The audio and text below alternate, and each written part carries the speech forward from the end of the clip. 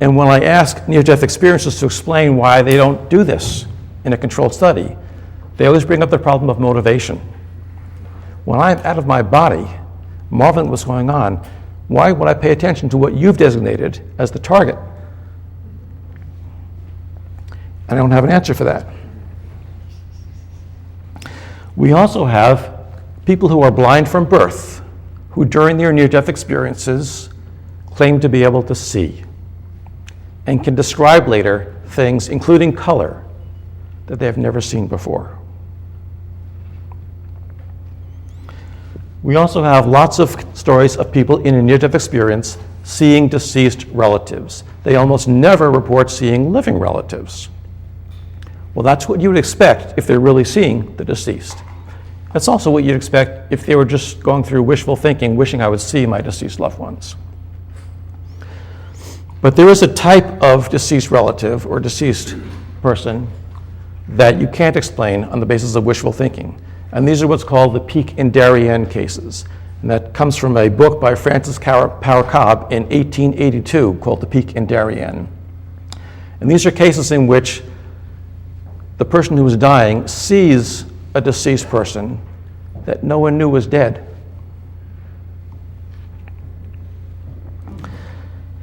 We have many cases of this in the literature. And I'll tell you about a couple of them just to give you an example of what they're like. Back in 1885, Eleanor Sidgwick, one of the founders of the Society for Psychical Research, published this case of a wealthy Englishwoman who hired a local teenager to teach her girls how to sing. This is a girl who had a beautiful singing voice. So she had this girl come in a couple of days a week to teach her kids how to sing, until the girl became old enough to leave home, in which time she left, went to London to try to make a career as a singer. 7 years later, this wealthy Englishwoman is on her deathbed. And she comes conscious again and says, I heard the most beautiful singing, like angels welcoming me to heaven. And then I recognized the voice, and it was Julia. And shortly after that, she died. Her husband assumed she was delirious. Until 2 days later, he saw a copy of the London Times that had Julia's obituary, the same day his wife died.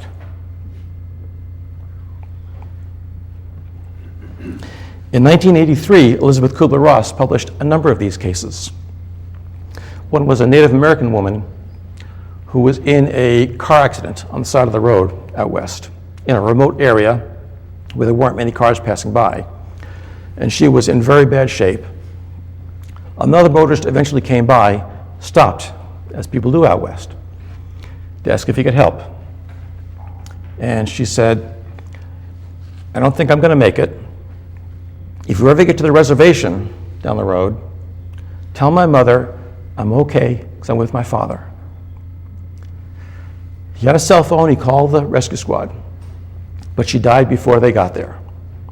He was so moved by being there at the right time that he went out of his way to go to the reservation and find this woman's mother. The mother said that her husband, this woman's father, had died just a couple of hours earlier of a heart attack in another part of the state. One more case. This was a 9-year-old boy in Pittsburgh who had severe meningitis. And it was so severe that they weren't sure he was going to live through the night. So his parents spent the night in the hospital with him. In the morning, his fever broke. He became conscious again. And he told the family very excitedly that he had been in heaven and had seen his deceased relatives, his grandparents. He talked about Uncle Luigi. And he said, and Teresa was there also. That was his older sister. He said she looked beautiful. It was just so good to see her again. And the father got very upset and said, what are you talking about? Your sister is perfectly fine. She's up in college in Vermont. I talked to her yesterday. She's perfectly fine.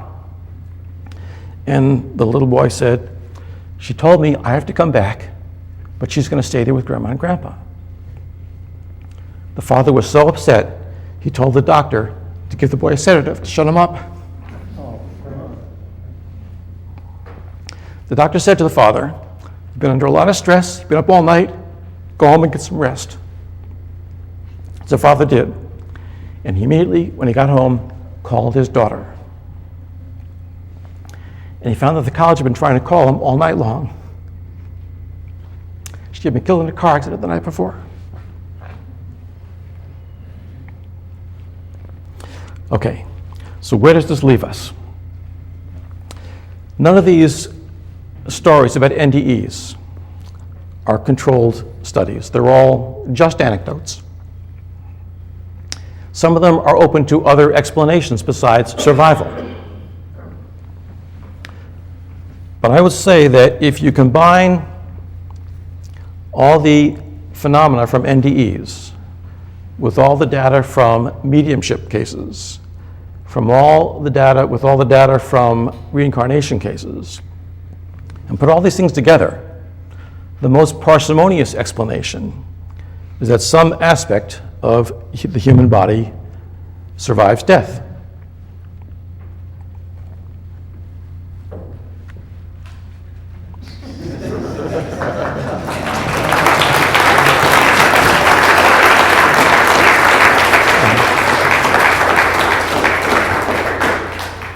And just to remind you before you leave,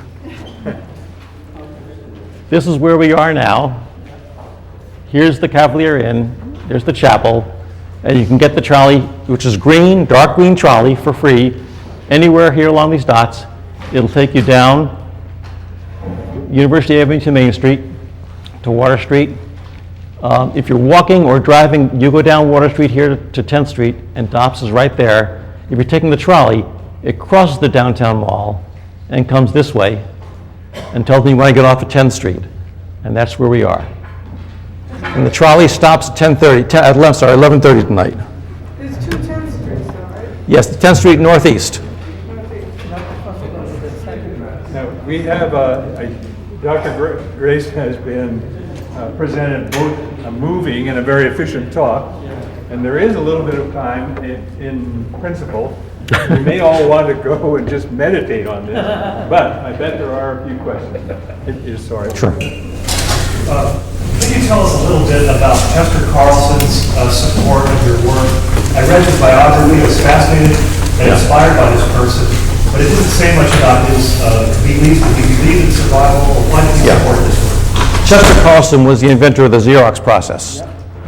And he made a fortune with that, and towards the end of his life, started getting interested in Buddhism and decided to spend some of his fortune studying the question of survival. He had heard about these children in India who remembered their previous lives. He heard about it from Eileen Garrett. So he looked around for somebody to go investigate these, and he settled on Ian Stevenson, who was a well-known chairman of psychiatry who had a good reputation in studying memory. So he said to Ian, who was open to this idea, "I'll pay your trip to India if you go investigate these kids for me." And he gave him the names of a couple of kids. Ian did that, and while he was over there, quickly found a couple dozen more. He came back, wrote up a report, gave it to Carlson, and thought that was the end of it. A few years later, when Carlson died, he left in his will enough money to start this division. So that's why I'm the Chester Carlson Professor of Psychiatry. I'd like you to perhaps recharacterize your data. You're dismissing your stuff as just an anecdote. Yeah. You have a case series, which is a superior form of data to an anecdote. If you had one, it could be dismissed as an anecdote. Thank you. You have more than an anecdote, so don't disparage your data. Thank you. Bruce,